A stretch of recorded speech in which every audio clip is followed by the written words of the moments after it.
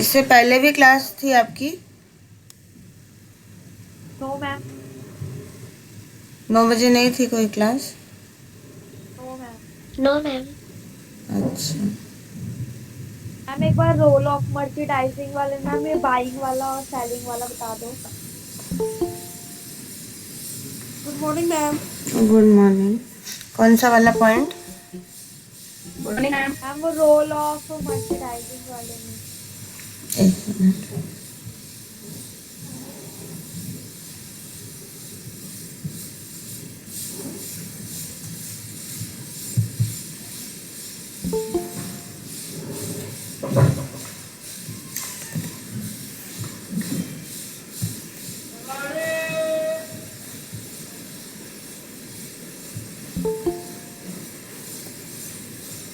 Good morning ma'am. Good morning. Good morning ma'am. Good morning. ये वाला कह रहे हो, बाइंग वाला? Yes ma'am. हम्म। देखो मर्चेंडाइजिंग में आप देखो ना, मर्चेंडाइजिंग के अलग अलग रूल होते हैं कि खरीदना, ये अपना आप खुद का, या तो आप किसी मैन्युफैक्चरिंग फर्म में एज अ मर्चेंडाइजर काम कर रहे हो, या मर्चेंडाइजिंग क्या मतलब आप ट्रेड के उसमें हो, व्यापार वगैरह कर रहे हो, आपका खुद का कोई फैशन ब्रांड है, आप उसे आगे आगे उसको सेल कर रहे हो, बेसिकली यही है मर्चेंडाइजिंग में। अब आप कौन से डिपार्टमेंट से बिलोंग करते हो? आप मैन्युफैक्चरिंग बनाने का वाला काम पे बिलोंग वाले यूनिट में करते हो, आप खरीद के उसको स्टोर वगैरह मेंटेन करते हो, या आप किसी डिज़ाइनर के लिए प्रमोशन का काम करते हो। ये 3 कैटेगरीज हमारी आती है, ठीक है। और मेन हमने कहा है कि व्यापार है, तो व्यापार दैट मीन्स कि हम क्या कर रहे हैं, कोई भी प्रोडक्ट को सेल करना हमारा फाइनल मोटो है कि कोई भी चीज़ जो है वो बिक जाए, क्योंकि कोई भी बनाता किस लिए, बेचने के लिए बनाता है ना। प्रमोशन भी किस लिए कर रहे हैं, बेचने के लिए कर रहे हैं। खरीद भी किस लिए रहे हैं, बेचने के लिए रहे। तो बाइंग में क्या होता है कि आप बना बनाया कोई भी सामान किसी से, मैन्युफैक्चरर से ले रहे हो, या तो उसमें उसे एज इट इज़ बेच रहे हो, जैसे आपके लोकल स्टोर्स हैं जो आपके घर के आसपास होते हैं, वो खुद बनाते नहीं है ना, वो खरीदते हैं किसी से, है ना, रिटेल से खरीदते हैं और फिर उनको सॉरी से खरीदते हैं लोग। जैसे चांदनी चौक वगैरह है, वहाँ पे बड़ा मार्केट है, वहाँ पे लोग लेकर आते हैं कम रेट पे, फिर वहाँ से लोग खरीदते हैं और फिर अपने लोकल शॉप्स में बेचते हैं। तो ये बाइंग वाला वही वाला है कि जो जिस उस टाइम पे जो ट्रेंडिंग है, वहाँ आपने वो वाली चीज़ अपने जितना भी आपको एस्टिमेट लग रहा है कितना बिकेगा, उस हिसाब से आपने वो जो है खरीदा, और उसके बाद उसको आगे आपने सेल किया। सेल करने के लिए वही है आपका प्रमोशन करनी, ठीक है। आई बात? अब ये क्लियर है? बाइंग ये आपकी यस अलग मैम। अलग मतलब उसमें हम मर्चेंडाइजिंग कर सकते हो अलग अलग डिपार्टमेंट वाइज।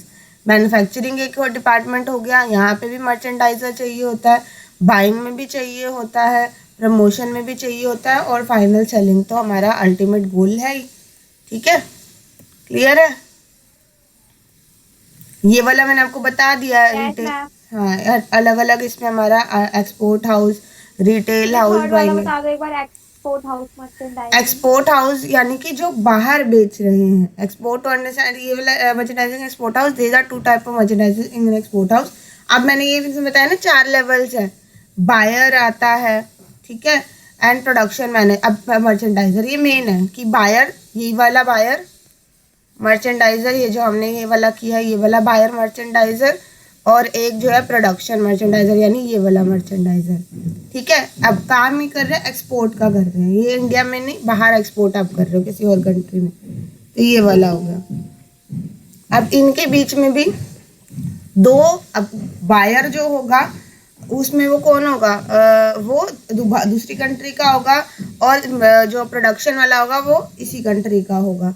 अब इनके बीच में भी 2 लेवल के आ जाते हैं, ये वाला, ठीक है। इसमें आता है the production merchant on the other hand are a link between production and buyer merchants. Production merchant, अब इसके बीच में जो है एक प्रोडक्शन यूनिट है, कंपनी है, उसके बाद में। आपकी वॉइस क्लियर नहीं आ रही है। मैम वॉइस ब्रेक हो रही है। हेलो, हेलो, हेलो, हेलो, आवाज आ नहीं रही? हेलो, ब्रेक हो रही है वॉइस। मैम ब्रेक हो आ रही है। सबको नहीं आ रही? Yes ma'am. Yes, ma'am. Yes, ma'am.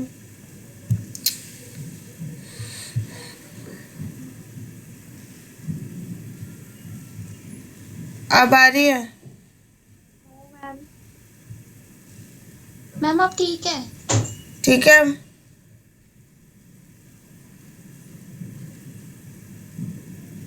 हाँ जी, ठीक है।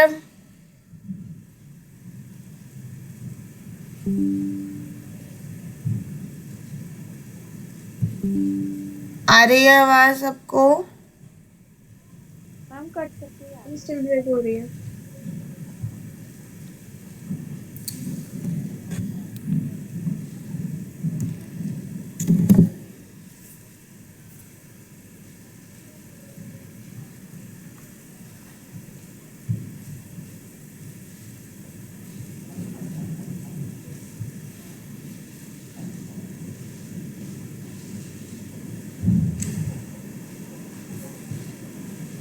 अब आ रही है? है।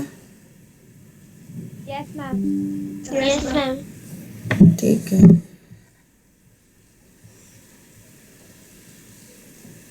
मैम वो ना बायर मर्चेंडाइजर और प्रोडक्शन मर्चेंडाइजिंग मैम समझ नहीं आया था, दोनों में अंतर क्या है? बायर वही ना, कुछ वही है जो नाम में ही आपको शो हो रहा है। बायर यानी जो खरीद रहा है, और प्रोडक्शन यानी जो खुद बना रहा है। प्रोडक्शन मर्चेंडाइजर जो होगा वो खुद बनाएगा, और बायर मर्चेंडाइजर प्रोडक्शन मर्चेंडाइजर से खरीदेगा।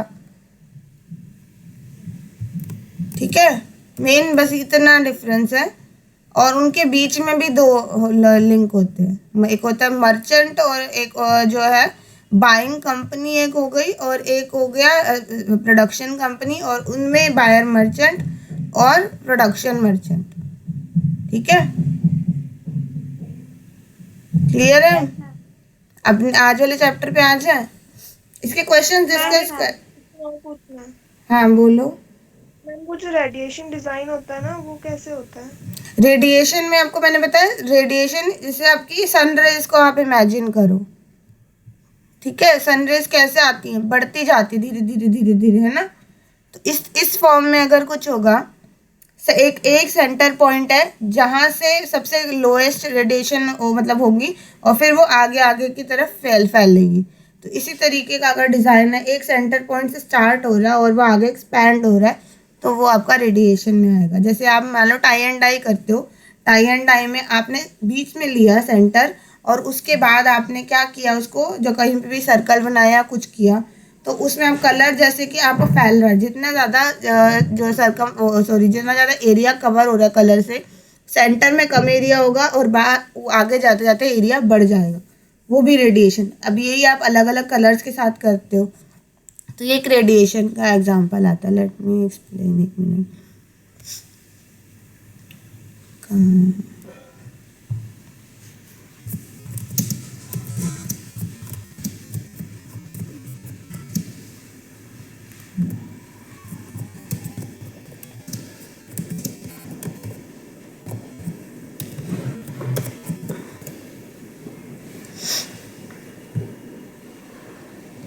ये देखो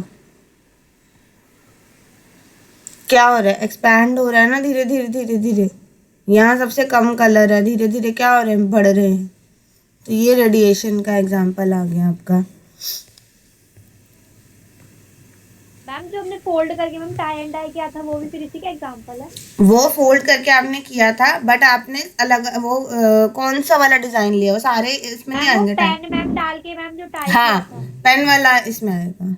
और अब जितने कलर्स आप करोगे उतना, जैसे रेडिएशन का,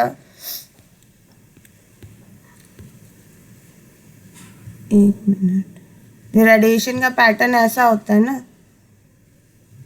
एक्सपैंड होती है रेडिएशन, एक सर्कल पॉइंट सेंटर पॉइंट से लेकर एक्सपैंड होती है। तो इसी तरीके से आपका इसमें भी रेडिएशन वाला डिज़ाइन इसमें ही आता है। Okay ma'am.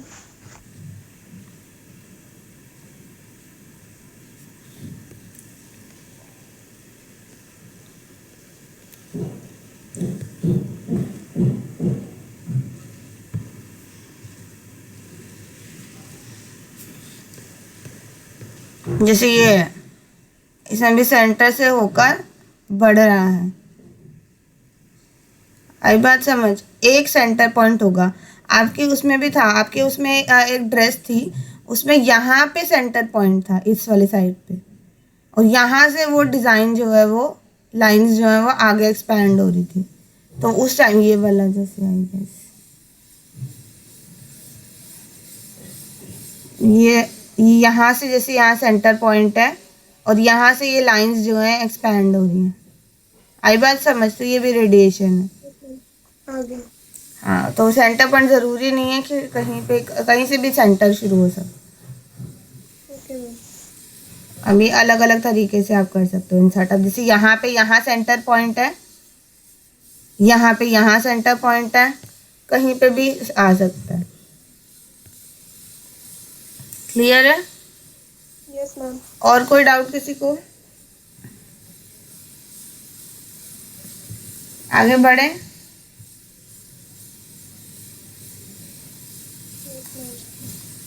ठीक है, अब ये वाला हमारा चैप्टर है केयर एंड मेंटेन। अभी ना हम ये आज का चैप्टर कंप्लीट हो जाएगा ये वाला। इसके बाद हम सारे जितने भी क्वेश्चन अभी तक रिपीट आए हैं इन चैप्टर में से हम वो डिस्कस करेंगे। ठीक है, तो डोंट वरी, हम सारे क्वेश्चन डिटेल में डिस्कस करेंगे, किस किस टाइप के क्वेश्चन आते हैं।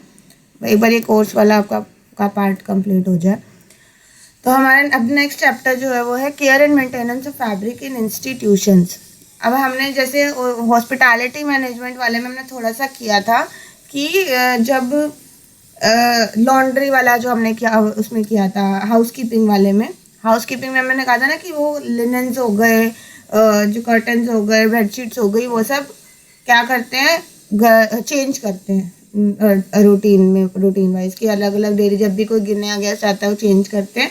और एक उनका डिपार्टमेंट होता है जो इनका रिकॉर्ड मेंटेन करता है।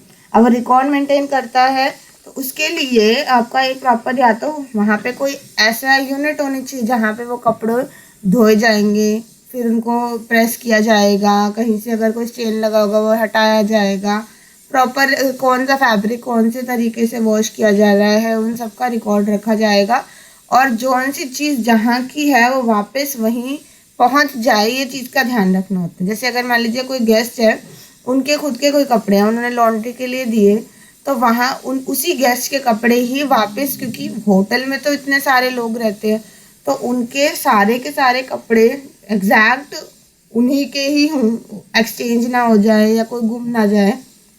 ये चीज़ भी इसमें रिकॉर्ड मेंटेन करना इम्पॉर्टेंट होता है, क्योंकि इससे आपकी कंपनी की, आपके होटल की इमेज का सवाल होता है।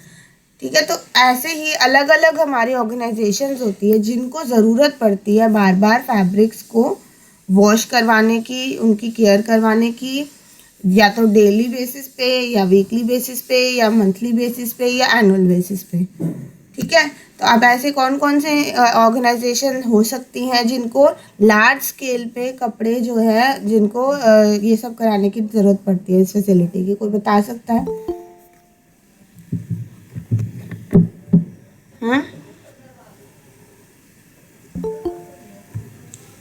कोई बच्चा बता सकता है कौन सी ऐसी यूनिट, हाँ, ऐसी कौन सी संस्थाएं होती है जिनको जिनके पास कपड़े बहुत ज़्यादा अमाउंट में आते हैं, जिनको उसकी देखभाल करनी पड़ती है, उसको टैग करना पड़ता है, लेबल करना पड़ता है, धुलवाना पड़ता है, उनको प्रेस करवाना पड़ता है, सुखाना पड़ता है, ये सब चीज़ें करानी पड़ती हैं।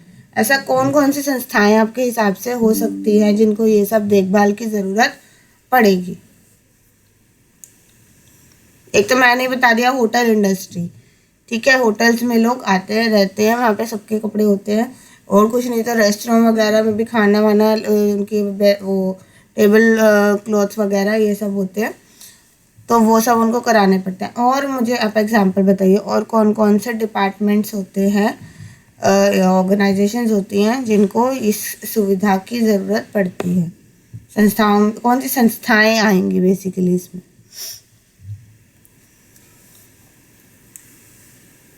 जल्दी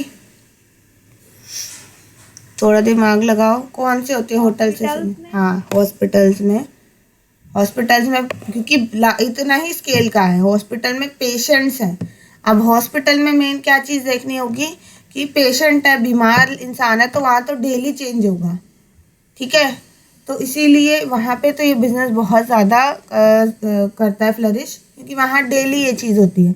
वहाँ पे देखने पे ज़्यादा जोर नहीं दिया जाता कि वहाँ पे सजावट और सुंदरता इन सब पे ज़्यादा फोकस नहीं होता। वहाँ मेन फोकस होता है हाइजीन की, डिसइंफेक्टिंग हो जाए हर कपड़े की। क्योंकि जैसे अब कोविड के केस में क्या है, डेली वहाँ पे एक नया पेशेंट आ रहा है, तो पुराने पेशेंट की चीज़ें यूज़ नहीं कर सकता ना वो। तो इसीलिए आपने क्या करना होगा, सारी चीज़ें एक बार रोज़ के रोज़ जो है डिसइंफेक्ट होंगी। तो वहाँ पे सफाई पे फोकस होता है फैब्रिक के, ना कि जो कितना सुंदर दिख रहा है या कितना उसके केयर होनी है। तो मोस्टली चीज़ें क्या होती हैं, कॉटन की होती है, वाइट कलर की होती है, और जो है वो हाइजीन पे फोकस, साफ सफाई पे ज़्यादा ध्यान होता है, ठीक है। तो वहाँ पे आपको होटल में भी हो जाएगी ना? होटल तो बता ही दिया मैंने। होटल में तो क्या हर हर तरीके का फैब्रिक, आप एम्ब्रॉयडर्ड है, कोई शादी के लिए भी होटल में रुका हुआ है, तो वहाँ तो उनकी बड़ी बड़ी हैवी हैवी ड्रेसेस होंगी। तो वहाँ पे ये चीज़ कंसर्न होती है कि ड्रेस खराब ना हो और कोई साफ भी हो जाए। पर होटल में तो इस तरीके के कपड़े नहीं आएंगे। होटल में आएंगे कि अच्छे से साफ हो जाए, सारा जो भी उसमें बैक्टीरिया, जो भी वायरस, जो भी उसके अंदर है, वो सब निकल जाए। इस पे मेन फोकस होता है। और कौन सी ये संस्था होती है, और कौन सी ऑर्गेनाइजेशन होती है? होटल हो गया, हॉस्पिटल हो गया, और पार्टी लॉन लिखो। वहाँ कैसे डेली का काम कैसे होगा, क्या क्या चीज़ें आती है? वहाँ पे भी तो टेंट्स वगैरह होते हैं। हाँ, टेंट्स होते, चलो ठीक है। हॉस्टल में? हाँ, हॉस्टल में, वेरी गुड। हॉस्टल में भी डेली जो आपके बच्चे रुके होते हैं हॉस्टल्स में, उनके रोज़ के कपड़े होते हैं, तो उनका भी काफ़ी लोड होता है। तो हॉस्टल आ गया, गुड। और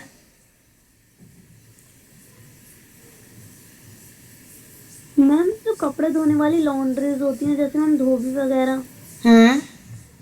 तो वो तो खुद ही कर रहे हैं ना, मैं कह रही हूँ। ये तो इंस्टीट्यूट होगा जो कर रहा है, ऑर्गेनाइजेशन है जो कर रही है। अब वही हमने बात की थी ना, या तो खुद होती है यूनिट उस जगह पे, या वो किसी को कॉन्ट्रैक्ट में देते हैं, ठीक है। ये काम जो हम बात कर रहे हैं, ये करने का तो यही लोग कर रहे हैं ना, धोबी वगैरह हो गए, लॉन्ड्री हो गई, ठीक है, वो अलग है। मैं कह रही हूँ कि कौन कौन से ऑर्गेनाइजेशंस हैं जिनको ये फैसिलिटी लेने की ज़रूरत पड़ती है रेगुलर बेसिस पे। अभी तक हो गया होटल होगा, या तो होटल में खुद की यूनिट होगी लॉन्ड्री की, या वो किसी को कॉन्ट्रैक्ट पे देंगे ऑर्गेनाइजेशन को, या तो हॉस्टल में खुद की यूनिट होगी, या वो किसी को कॉन्ट्रैक्ट पे देंगे, या तो हॉस्पिटल की खुद की होगी, या वो किसी को कॉन्ट्रैक्ट पे देंगे, ठीक है। तो ये दो तरीके से चलती है, या तो ऑर्गेनाइजेशन के विद इन है वो चीज़, या वो किसी को एक्सटर्नल ऑर्गेनाइजेशन को कॉन्ट्रैक्ट पे दे रहे, ठीक है, रेगुलर क्लाइंट है उनके। और कौन कौन सी इंडस्ट्री हो सकती है?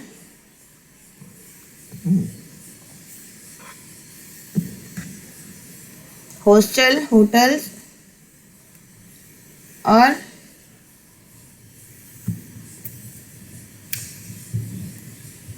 कोई नहीं हो सकती?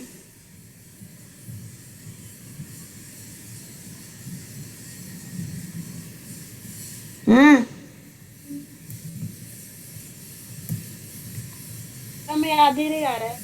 नहीं याद आ रहा? यही है आपकी मेन तीनों चीज़ें। उसके अलावा रेस्टोरेंट वगैरह होते हैं, ठीक है, जिनकी जो नॉर्मली जिनको ज़रूरत होती है, बट लार्ज स्केल पे मेन यही तीन आती हैं, ठीक है। चलो थोड़ा सा अब यहाँ से करते हैं।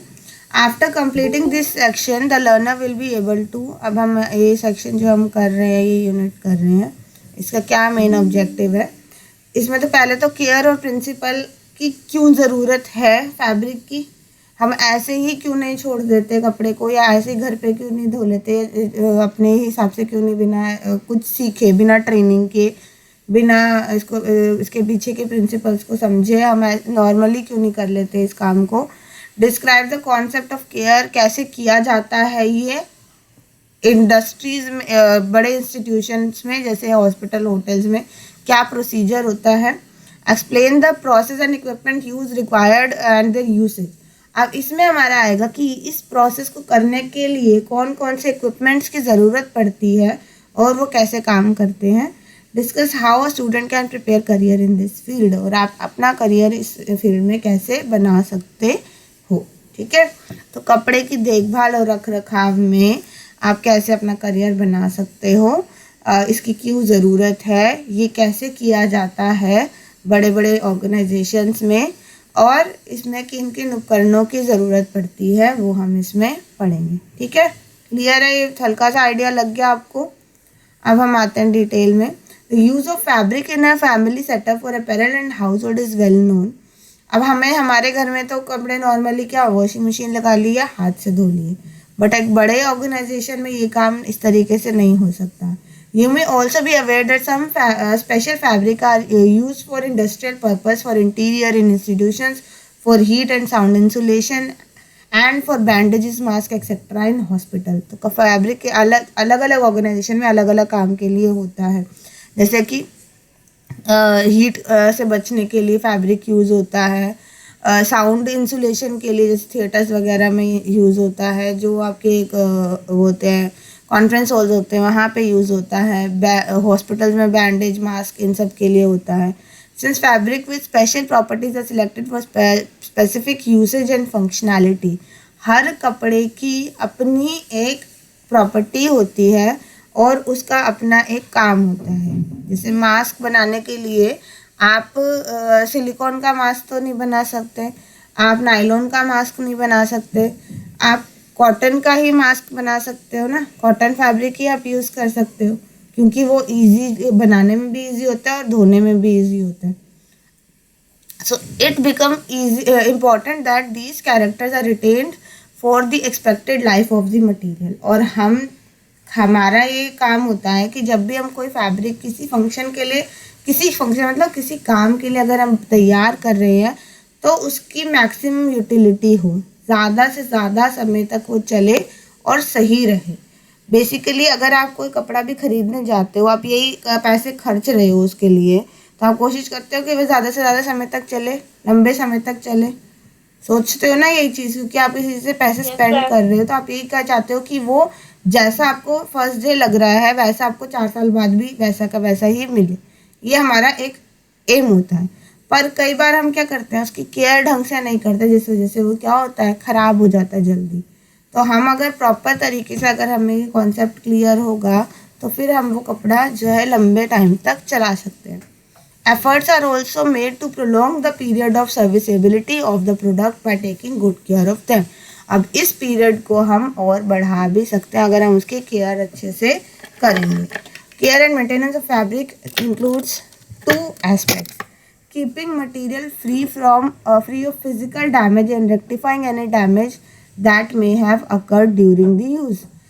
कोई भी जब हम उस पदार्थ को, उस चीज़ को हम यूज़ कर रहे हैं, तो पहली चीज़ कि उसको यूज़ करते टाइम कोई भी नुकसान ना हो, और अगर कोई नुकसान हो जाता है तो उसे यूज़ करते करते तो उसको ठीक कैसे किया जा सकता है वो चीज़। ठीक है, तो पहली चीज़ क्या है, उससे का नुकसान से बचाना और होने के बाद उसको रिपेयर करना। क्लियर है? पहला इसका ये हो गया, रिटेनिंग और refreshing the appearance in terms of removal of stain, dirt and retaining the textural and visual characteristics। और उसके बाद जो भी उसको मैक्सिमम, मैंने कहा ना जैसे पहले दिन वो लग रहा था, रिफ्रेश रखना, फ्रेश मतलब अपीयरेंस उसकी रखना। तो अगर उसमें कोई दाग लग जाता है या कोई डर्ट लग जाती है तो उससे हम क्या करें, उसे निकाल लें। अब आप डर्ट क्यों, क्योंकि जितनी देर तक आपका फैब्रिक है उसके जो हमारे फाइबर्स है उनके दो के बीच में अगर डर्ट ज़्यादा टाइम तक रिटेन हो जाती है तो वो उसकी फाइबर जो है उसको वीक कर देती है, जिस वजह से अगर आप एक कपड़े को लंबे टाइम तक नहीं धोगे तो वो फट जाएगा अपने आप ही। ठीक है, या तो कोई उस पर कीड़ा वगैरह लग जाएगा जिस वजह से वो ख़राब हो जाएगा, या ऑटोमेटिकली उसके फाइबर इतने वीक हो जाएंगे कि आप उसको हल्का सा खींचोगे और वो फट जाएगा। इसीलिए कपड़े को साफ रखना भी सबसे ज़्यादा ज़रूरी होता है। क्लियर है? एक तो डैमेज क्यों आता है, आप उसको घिस रहे हो फट जाता है, वो इस वजह से डैमेज होता है, पहला वाला। ठीक है, और दूसरा होता है कि ना धोने से भी कपड़े को बहुत नुकसान होता है। ठीक है, क्लियर है ये चीज़?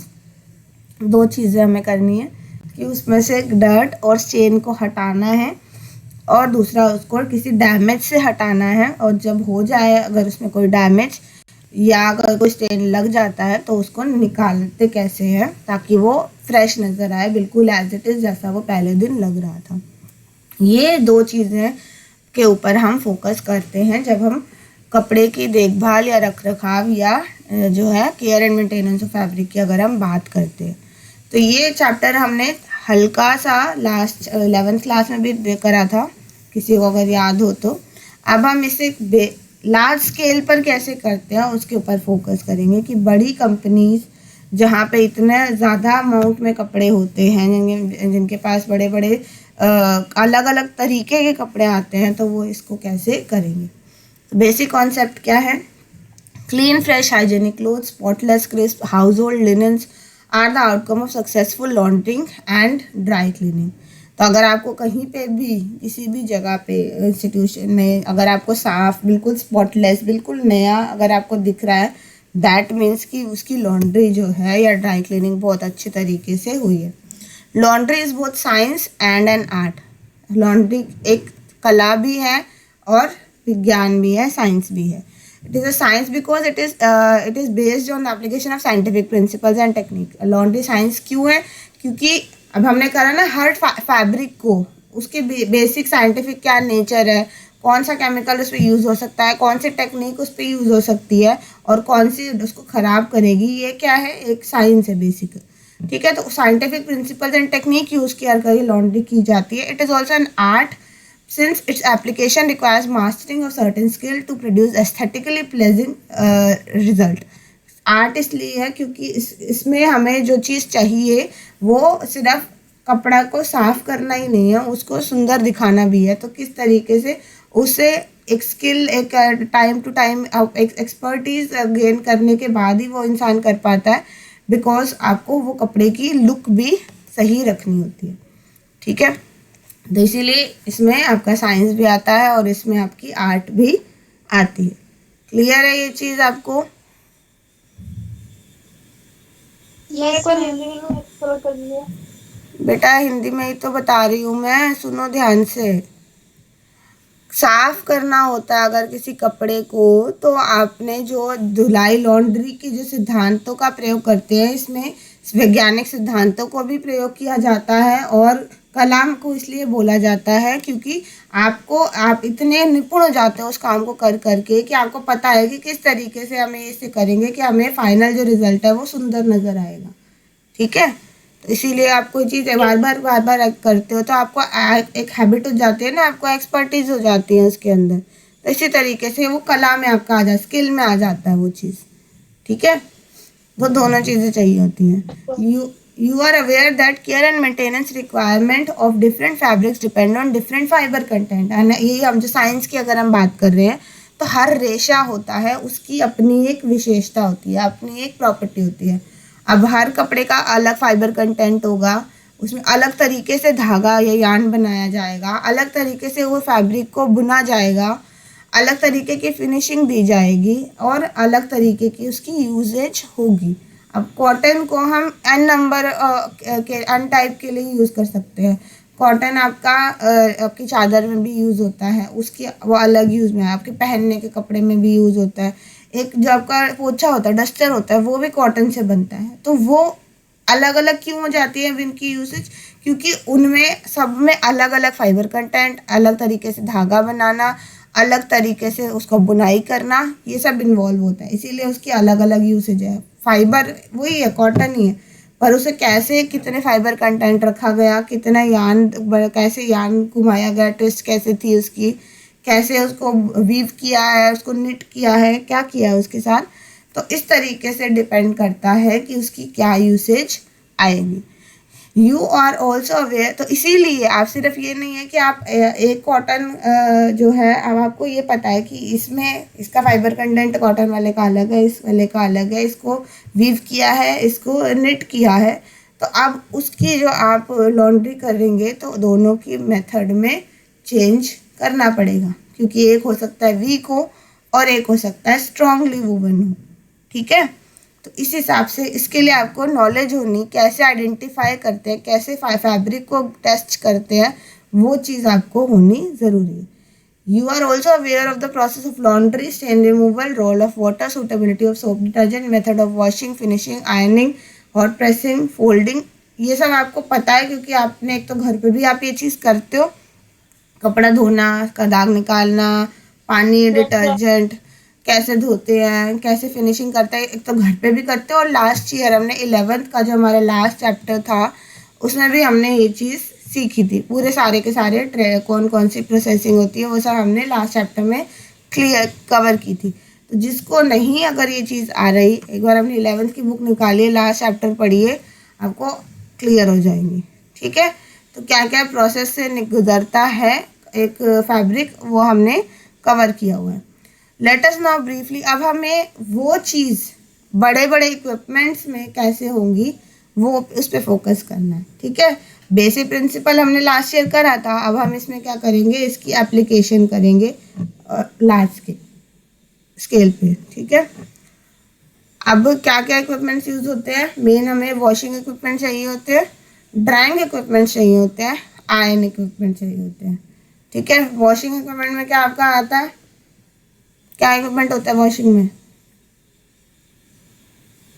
वॉशिंग मशीन हो गया, ब्रशेस हो गया, हाँ, ब्रशेस हो गए, वॉशिंग मशीन्स हो गया, मैम डिटर्जेंट हो गया, हाँ डिटर्जेंट्स हो गए, बकेट्स हो गई, ये सब हो गए बड़े। अब क्योंकि लार्ज स्केल है तो आप वहाँ की मशीन्स देखोगे तो वो भी बहुत बड़ी बड़ी होती है।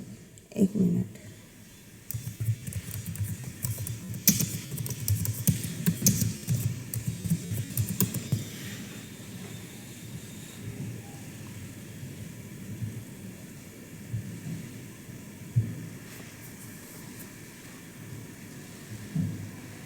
ये देखो, ये होती है लॉन्ड्री की आपकी मशीन। ये घर की मशीन्स हैं, ये आपको जो दिख रही है, ये वाली जो है ये क्या है, ये लॉन्ड्री मशीन है। ये वाली मतलब जो कमर्शियल लॉन्ड्री होती है, कमर्शियल धुलाई, जो जगह पे जहाँ पे धुलाई होती है, जहाँ बड़े स्तर पर होगी, जो कम बड़ी बड़ी इसकी फैक्ट्रियाँ लगेंगी, जो स्पेशली जहाँ आप ऑर्डर दे रहे हो या आप अगर खुद का होटल है तो वो होगा। ठीक है, तो ये इस तरीके की होती है। यस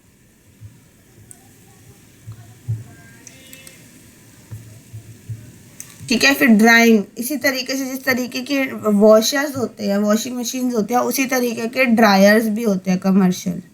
ठीक है,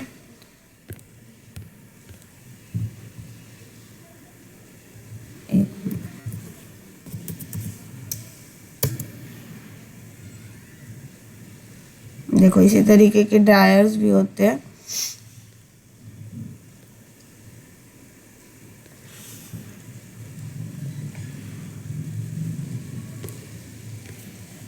ठीक है, तो यहाँ पे आपको देख रहे हो कि कैपेसिटी इनकी बहुत ज़्यादा होती है, 250 16 kg, ये सिर्फ 16 का है, 20 से भी बड़े बड़े होते हैं। ठीक है, उसके बाद हमारा आता है ये ड्रायर यानी सुखाने की जो मशीन होगी, वॉशिंग यानी धुलाई की मशीन होगी। फिर उसके बाद आयरन एंड प्रेसिंग इक्विपमेंट्स भी यूज़ होते हैं। फाइनल एक बार सूख जाता है तो उसको आयरन और प्रेस करके करता है। At household level a large amount of washing is done manually. हमारे या तो मशीन आपकी ना अलग अलग तरीके की होती है, या तो फुली ऑटोमेटिक होती है, या सेमी ऑटोमेटिक होती है, या मैनुअल होती है। ठीक है, तो 3 कैटेगरी। फुली ऑटोमेटिक यानी आप बस उसमें कपड़े रख दो, अपने आप सारी धुलाई हो जाती है। सेमी ऑटोमेटिक यानी कि उसमें कुछ चीज़ें आपको खुद डालनी पड़ती हैं, जैसे आपको डिटर्जेंट खुद डालना है, पानी खुद डालना है, पर वो धोकर अपने आप दे देती है। ठीक है, और तो इसमें आधा काम मैनुअल है और आधा अलग है। मैनुअल मशीन क्या होती है, वो आपको खुद ही चलानी होती है। ठीक है, सारा काम आप खुद कर रहे हो, बस उसमें घुमाए मतलब धुलाई अपने आप मशीन कर देगी, और बाकी आपको हर चीज़ क्या करनी है, खुद करके देनी है। ठीक है, क्लियर है ये चीज़ आपको। मशीन के टाइप्स आपके हो गए। मैनुअली की जाती है using equipment like buckets, basins, bowls, scrubbing boards, brushes. ये तो सबने घर पे अपने कपड़े तो बेसिक धोए होंगे सबने, कोई ऐसा तो नहीं है जिसने कभी कपड़े धोए नहीं है, उसको बेसिक इन चीज़ों के बारे में नहीं पता। यस और नो? हाँ मैम। हाँ, सबको पता है। तो in some cases basic washing machines have been added. अब मैनुअल वाला तो हमें समझ आता है कि किस तरीके से हमको मैनुअली कपड़े धुलते हैं। अब हम वॉशिंग इक्विपमेंट्स जब हम यूज़ कर रहे हैं तो 2 types of models of washing machines are available. Top loading, where अब देखो टॉप लोडिंग मैं आपको ये इसी में दिखाती हूँ। एक होता है फ्रंट लोडिंग और एक होती है टॉप लोडिंग।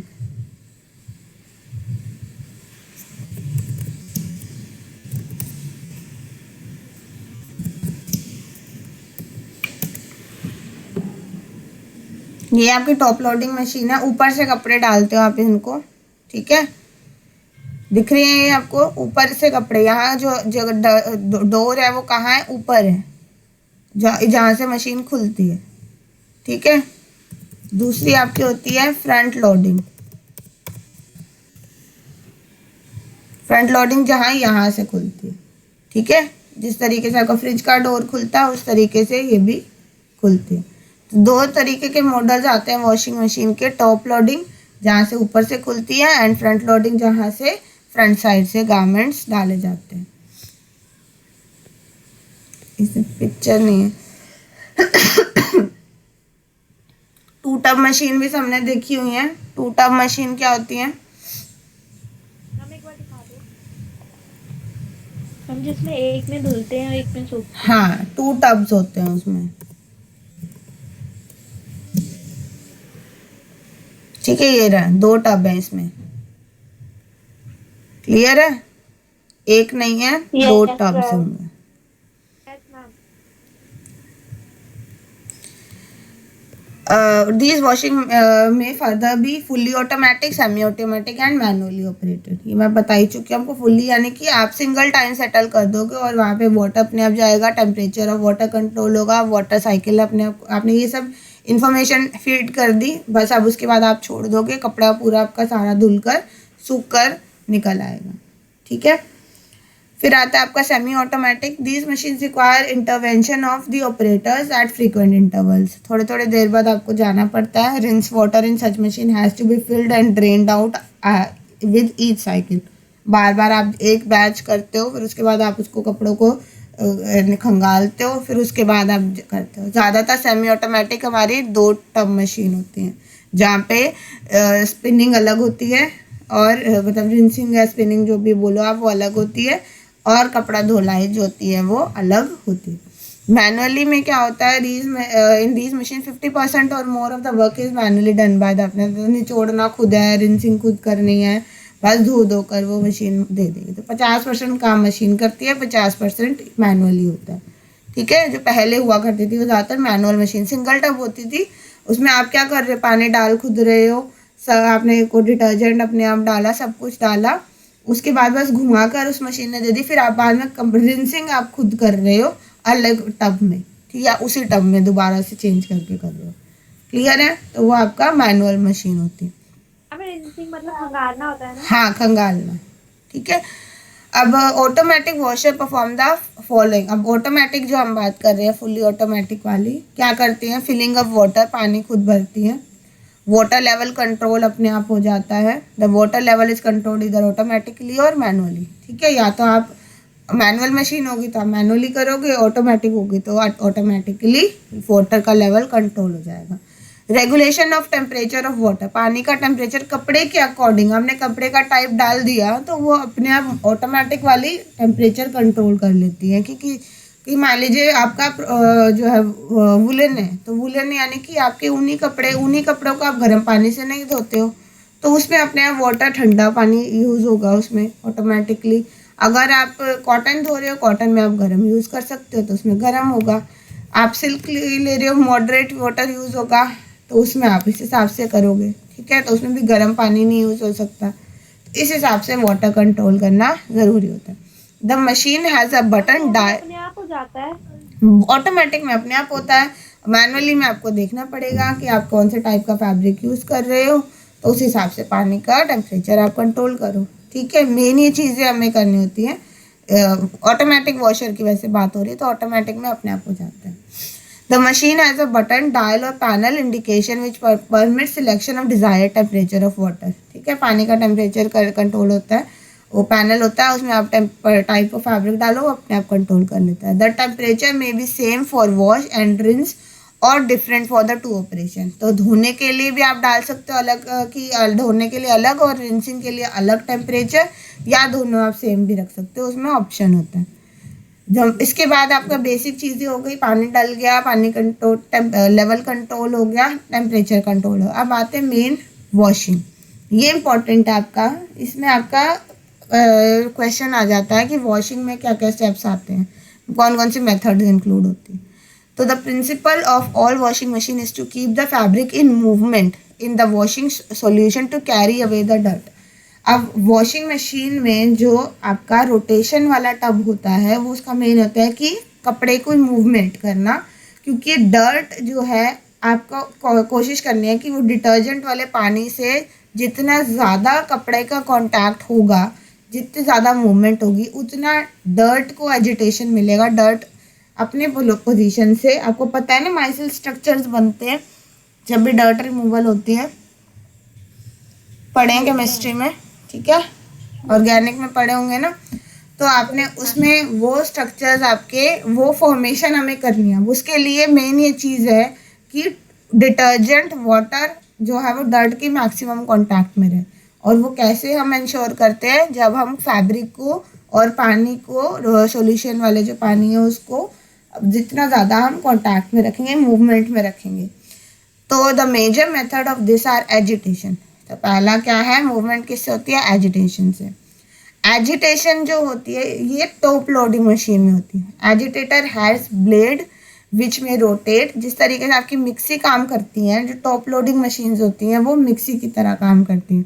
उसमें एजिटेशन होती है, ब्लेड्स लगे होते हैं, वो रोटेट होते हैं एक डायरेक्शन में. और ऑसिलेट, ऑसिलेशन और आपको उसमें पता है रोटेशन में डिफरेंस, पक्का पता है, वीडियो तो नहीं दिखानी पड़ेगी.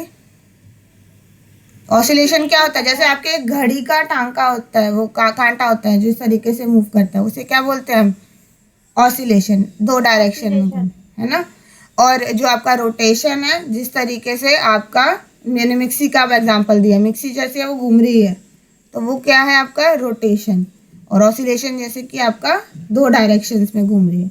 Which causes creation of a current in. अब इस तरीके से करंट जो है वो क्रिएट होता है. ऑसिलेशन हो रही है और रोटेशन हो रही है, घूम भी रहा है और वो ऑसिलेट भी हो रहा है.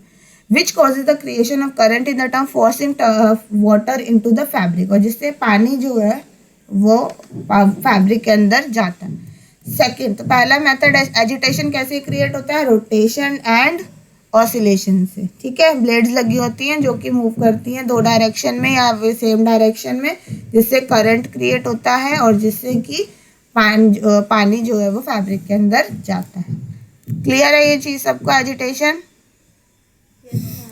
ठीक है, एजिटेशन को क्या बोलते हैं, पूर्णतया सॉरी 1 सेकेंड, एजिटेशन को बोलते हैं आलोड़न. ठीक है, ये बोलते हैं. समझ आया अमृता? Yes ma'am. ठीक है, ये समझ आ गया. दो तरीके से होता है, एक दिशा में घूमेंगे तो उसे रोटेशन बोलेंगे. ठीक है, और दोलन यानी कि जो ऑसिलेट, जो घड़ी के कांटे की तरह घूमेंगे तो उसे उगाएंगे. फिर आता है पल्सेशन. पल्सेशन को क्या बोलते हैं हिंदी में, स्पंदन. ठीक है, स्पंदन कहते हैं pulsation. This is also use in top loading machine. The movement is caused by a vertical pulsator which has a very rapid movement vertically. Pulse जो होती है वो कौन सी होती है, वर्टिकली. एक मिनट आपको मैं दिखाऊं.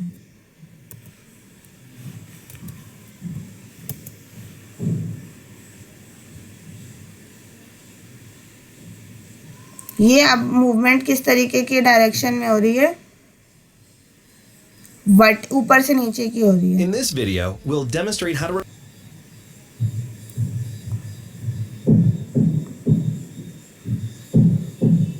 आवाज आ रही है पीछे, Yes. To replace the pulsator, also known as the infuser, you must first remove the fabric softener dispenser. Pressing on the turning tabs, turn the dispenser counterclockwise about 1¼ inches. Video की नहीं आ रही? No, ma'am. मैम आ रही है. Pulsator to the washer. No, ma'am. This bolt will have O-rings attached to it. Make sure that these O-rings stay in Yes, place ma'am, on the इसकी bolt voice for में आ रही है. reinstallation. With the bolt removed, you can now lift the old pulsator out of the washer. Install the new pulsator onto the washer and secure it into place with the bolt. And finally, reinstall the dispenser by turning it clockwise into position. Shop now at geapplianceparts.com and be sure to subscribe to our YouTube channel for the latest updates, recipes, and more.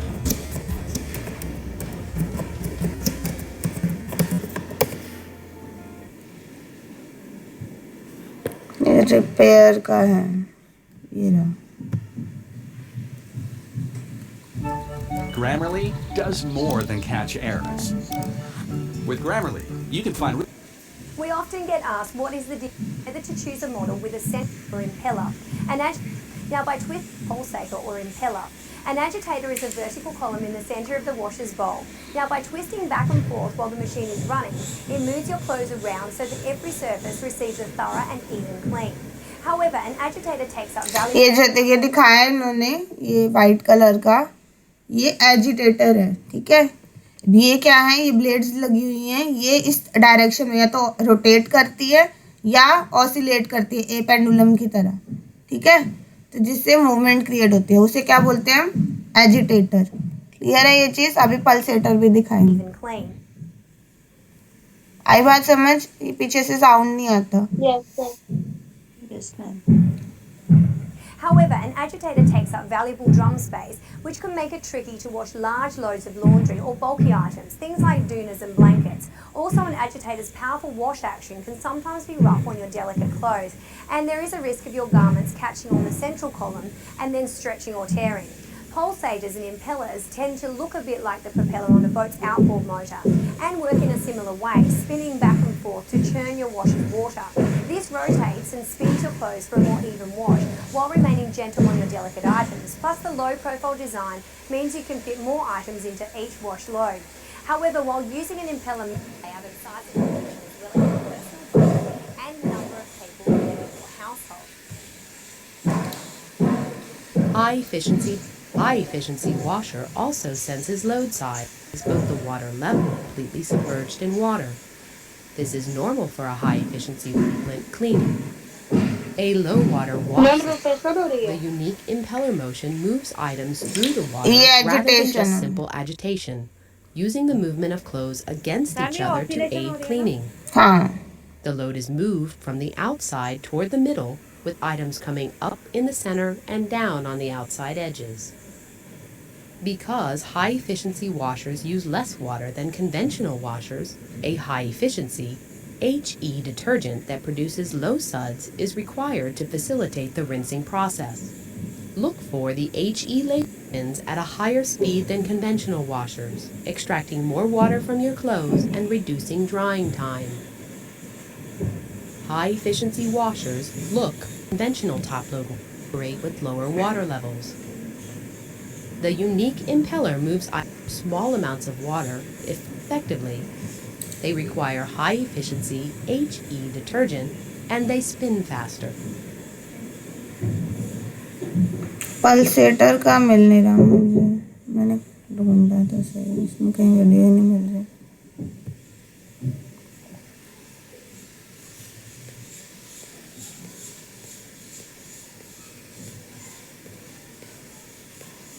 इन्होंने explain तो किया है, but एक video से पता चल जाए तो ज़्यादा बेटर है.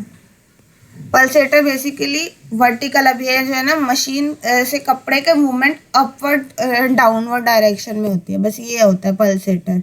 अब इसमें क्या है, एक ही डायरेक्शन में हॉरिजॉन्टली हो रही है ना. अब उसमें क्या होता है कि ऊपर नीचे की तरफ होती है, पर एक बार वीडियो दिख जाती ना.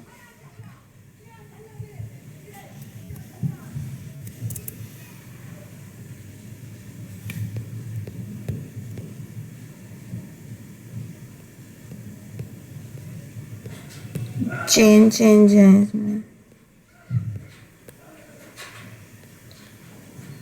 मैं ढूंढती हूँ, मुझे कोई मिलेगी मैं आपको लिंक सेंड कर दूंगी फिर, ठीक है बहन। यही आपका पल्सेटर का टॉप लोडिंग में ही होता है ज़्यादा, और ये क्या ऊपर नीचे मूवमेंट होती है bye vertical pulsator which has very rapid movement vertically, ऊपर नीचे की तरफ मूवमेंट। जैसे अभी हम देख रहे थे ना हॉरिजॉन्टल मूवमेंट हो रही थी, घूम रहा था कपड़ा एक ही डायरेक्शन में।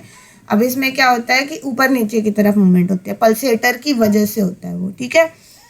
फिर आता है tumbling, this is use in front loading में। अब फ्रंट लोडिंग मशीन जो होती है आगे जो फ्रिज की तरह जिनका डोर खुलता है, जो अभी हम देख रहे थे, this is use in front loading machine. Washing take place in a horizontally place cylinder which is perforated and which revolves in partially filled tub.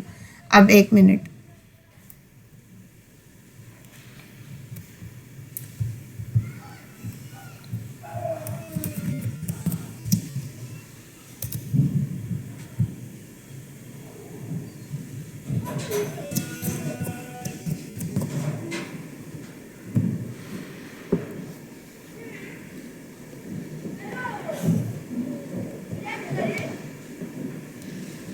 In order to take my girlfriend out for a nice dinner, I had to make some money, so that's why I started. Hi, this video is going to demonstrate the different modes of operation that a typical front loader clothes washer will have. Let's demonstrate. The first one is tumbling. ये tumbling है। On one side, and the cloth will just drop as it rolls. दिख रहा है सबको ये tumbling वाला जो अभी आ रहा था ना ऑप्शन, ये टम्बलिंग वाला motion. And this is a stop and start type of motion. And क्या हो रहा है? second method. अब जैसे आप देखते हो ना जो फ्रंट लोडिंग मशीन में आपका हॉरिजॉन्टली जो चल रहा होता है, अब इसमें ऊपर नीचे की तरफ घूम रही होती है, इसको टम्बलिंग बोलेंगे, ठीक है। Tumbling is washing take place in a horizontally place cylinder which is perforated and which revolves in partially filled tub. अब पानी जो है इसमें टब के अंदर, अब ये वाला जो टब है जो मूव कर रहा था, इसमें आधा ही पानी भरा था। Which with each revolution the clothes are carried to the top and then dropped in the washing water. पानी की मूवमेंट देख रहे थे ना आप, ऊपर नीचे पूरा घूम रहा है वो टब, तो वो क्या बार बार ऊपर जाता है, फिर उसके बाद नीचे गिरता है क्लोथ, और वो नीचे जब गिरता है तो वो पानी में गिरता है, तो इसलिए फुल्ली पानी भरा नहीं होता। जैसे टॉप लोडिंग में तो पानी के अंदर ही वाटर मूव कपड़ा मूव कर रहा था ना, उसी में रिवॉल्व कर रहा था। आई बात समझ। अब टम्बलिंग में क्या है, उल्टे आप इमेजिन करो उसको, उसमें क्या हो रहा है, आधा नीचे पानी है और वो टब जो है वो ऊपर नीचे की तरफ घूम रहा है। आई बात समझ। जैसे घड़ी की तरह, घड़ी का कांटा घूम रहा होता है ना ऊपर नीचे ऊपर, इस तरीके से कपड़ा वो मूव कर रहा है। तो जब वो नीचे होता है तो वो पानी में होता है, ऊपर जाता है तो पानी से बाहर होता है, ठीक है। आई बात समझ। ठीक है। This means that the clothes move through the water rather than moving through clothes as in the previous two time. अब इसमें क्या है कि पानी में मूव ना करने की जगह इसमें क्या कर रहा है, कपड़ा जो है वो मूव कर रहा है, ठीक है। पानी मूव नहीं कर रहा, क्लोथ मूव कर रहा है, ठीक है। आई बात समझ। इसमें मूवमेंट कपड़े की हो रही है, पानी की नहीं हो रही, जबकि पहले में सब में दोनों में किसकी हो रही थी, वाटर की मूवमेंट हो रही थी। उल्टा वैसे टम्बलिंग में यही है कि टम्बलिंग में क्या हो रहा है, पानी की जगह कपड़ा मूव करता है, कपड़े की मूवमेंट है, पानी की नहीं। उसमें था पानी वाटर के अंदर मूव कर रहा था। क्लियर है मैम? जब कपड़ा मूव करेगा तो पानी भी तो मूव करेगा। ये देखो ना आप, ये जब आप इस तरीके से देख रहे हो यहाँ पे, ये देखो कपड़ा ऊपर, कपड़ा मूवमेंट हो रही है ना, टब में नीचे पानी है, ठीक है। पानी थोड़ा ना मूव करेगा, जब वो टब मूव कर रहा है और उसमें नीचे परफोरेशन, नीचे छेद है, तो पानी ऊपर साथ में टब के साथ मूव नहीं करता, पानी नीचे ही रहता है। क्लियर है? पानी वो नीचे ही, क्योंकि उसमें छेद है। आप अगर मान लीजिए अपनी कोई छन्नी है, उसको घुमाओगे पानी डाल के, तो पानी तो छन्नी के उसी में रहेगा ना। तो छन्नी, पानी तो नीचे जिसमें रखा बर्तन उसी में रहेगा, छन्नी मूव कर रही है ना। अब छन्नी में कपड़े है, पानी नीचे है। अब जब भी कपड़ा जो है और आधा भरा हुआ है छन्नी के ऊपर से, तो जब छन्नी नीचे होगी पानी तभी होगा, जब ऊपर जाएगी तो पानी उसमें नहीं होगा, तो कपड़ा ही तब ऊपर होगा, ठीक है। अब वो इतनी तेज रैपिड घूमता है कि कपड़ा तो घूम जाता है, पर पानी वो छेद में से नीचे ही रहता है, इसीलिए वाटर की मूवमेंट नहीं है, पानी कपड़े की मूवमेंट हो रही है। अब आई बात क्लियर? Yes sir. ठीक है, टम्बलिंग को बोलते हैं अवपातन।